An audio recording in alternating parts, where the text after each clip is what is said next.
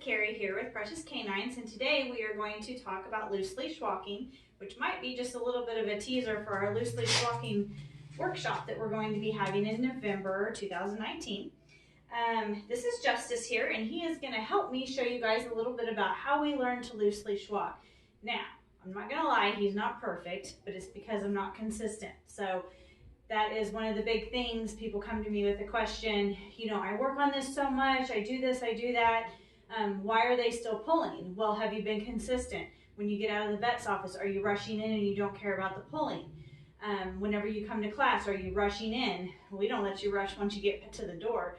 But if you're not consistent, they're going to start to learn that they can pull here and there. And he has learned that because I'm busy and nobody pays me to train him. So kind of like the mechanic's car, I guess. But anyway, so the first thing I want to talk about is teaching the dog what the leash is. A lot of times we get this puppy, we bring it home and we're like, we're going to buy the cutest leash, or we're going to buy all black and make it look tough, and we're going to throw it on and we're going to take it on a walk. And when you go to take them on a walk, they go, and they like step back and they're like, holy heck, you're pulling on me. Well, what this is, when you pull on your dog and they pull back, it's called the oppositional reflex, and it's something they naturally come with. So what we have to do is teach them right off the bat that this leash, we're talking to you through it. So what we're telling you is whenever we pull on it, we want you to step towards it instead of lean back away from it. So when we get our brand new puppies especially, we're scaring them with all of this restraint. You wouldn't want to walk into a store and someone walk up, lasso you, and say, hey, you have to come this direction. The puppies don't like that either, so we have to teach them. I put weird stuff on you, I'm gonna shake it, and you get a treat. You wanna leave me my fingers? Those are my fingers, yeah. And I might pull it, and then he gets a treat. Now you'll notice I'm using a clicker with this one, and I do like the clicker even better than a verbal yes, because the clicker is more precise, and it's telling him exactly what I like. I'm not holding the leash all the way out at the end. I want to be close to where I can talk to him with the leash. And I've got the clicker in the same hand as the leash. I'm going to pull him, and then he gets a click and a treat for coming with me. I'm going to pull him again. He gets a click and a treat for coming with me. So now if you notice, whenever you're walking your dog, one of the hardest ways to pull them is whenever they're dead center in front of you. So I'm going to toss the treat out there that I'm not going to let him get to. Come here, Justice. Come here. I know, that was crazy. I didn't give you any. So see how he's pulling dead center out? That's the hardest one. So I'm going to give him pressure. I should have clicked that just so you know. I'm going to give him pressure. You guys can watch this leash. And he gets a click and a treat for not pulling it. Now he's going to try to sneak on it. So I'm going to give him pressure again. He gets a click and a treat. All right, go get it. Now you can have it. So I'm going to do it a couple of times, and I like to do it directly out in front of me. Wait. Because this is the way our dogs pull the most. So right now he's pulling, I'm going to give him pressure back. I clicked and treated because he released it. Hey, do you want my treat? It's the same thing. Here, you got a treat. Yeah. Okay, so now he's going after that one. Yes, that was even faster. All right, go get it. You can have it now. Yay, that was super cool. So release attention is something that most people skip when they get their puppy. They throw the leash on and they start dragging them places. And if the dog isn't scared to death of the leash, or if it gets over being scared to death of the leash, it just starts pulling every direction. And we haven't taught it that we're actually communicating with you through the leash. The next thing that I want to teach them is to lure. And what luring is getting your dog to follow the treat. So I'm going to take a treat in my hand, and I'm going to move him this way, and he gets a click and treat for following it. Now I'm going to move him this way. Good, he's got a Princess Leia ear. Come here, let me get your ears. Come here, silly. Okay, so once they get good at following the treat just a little to the sides, let's see if we can get them to follow the treat in a circle. Now he knows this trick. He knows the spin in front of him. So it may be hard. Say your dog gets stuck here and doesn't want to move its back end. You can click there, move a little further, click there. Good.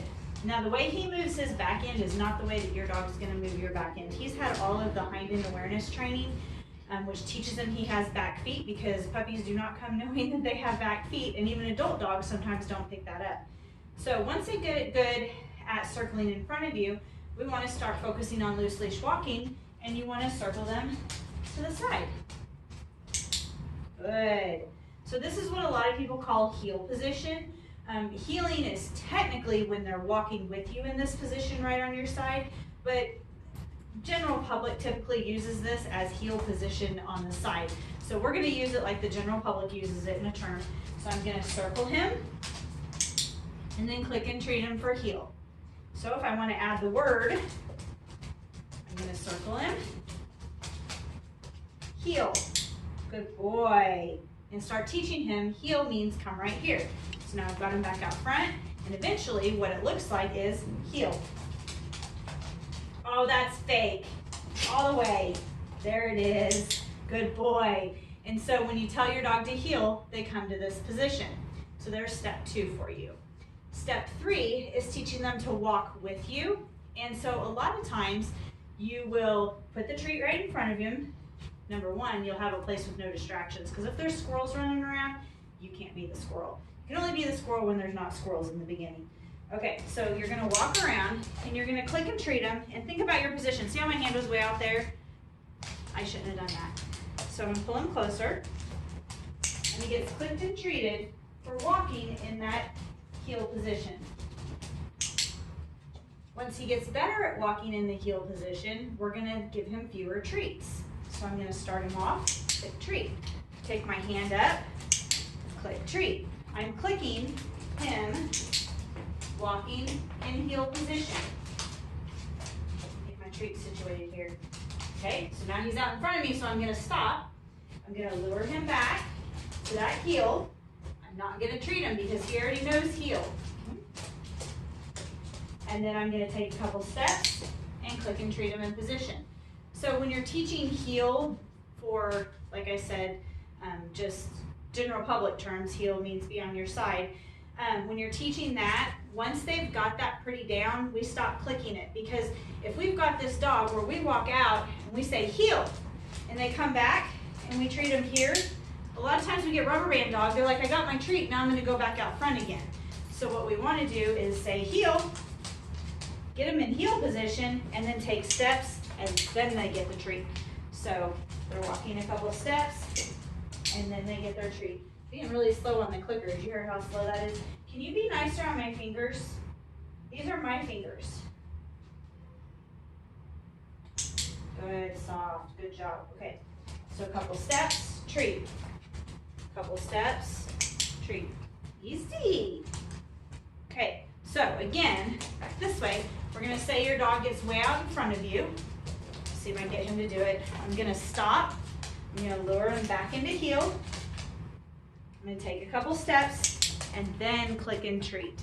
That way we're not getting go out, come back, get your treat, go out, come back, get your treat. We come back, don't get a treat, take a couple steps, and then get our treat. Then as they get better and better, freebie, as they get better and better, you won't have to treat them as much. Jess is here. You can talk to them all you want. Good boy. Get in. Good job. Yes, and so maybe I might do 10 steps.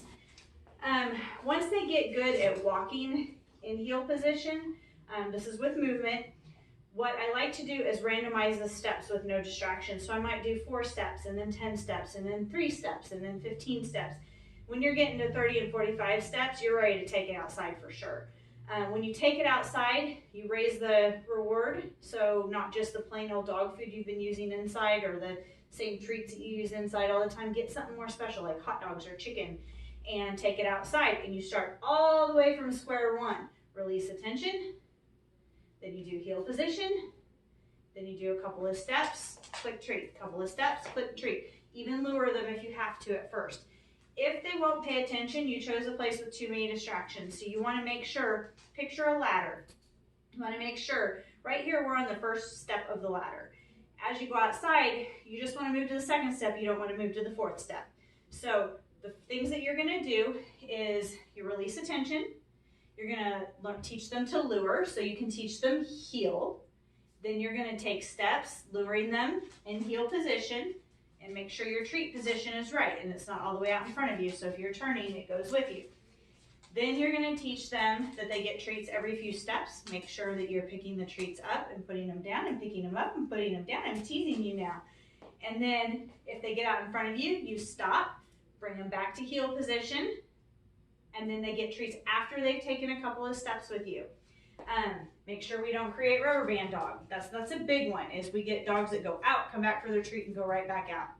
So tips for this is consistency. You always do it the same way. No matter where you get out of your car, we start with paying attention. We might start with release attention at the door, and then take some steps away, and they get treats. And it may take you 5 minutes to make 20 steps to the office, or 20 steps to the vet, or even to the grass at the park. Practice. Practice makes perfect. Whenever you are teaching your dog loose leash walking, you do it every day, every time you put a leash on. Now, some people don't put a leash on unless they go somewhere. I suggest that you practice it every day with a leash on, so that the leash going on doesn't signify huge excitement and they start to calm down on the leash. Let's see. And then a big one is, remember, slowly raise the distractions. If they're not paying attention, you raise the distractions too high.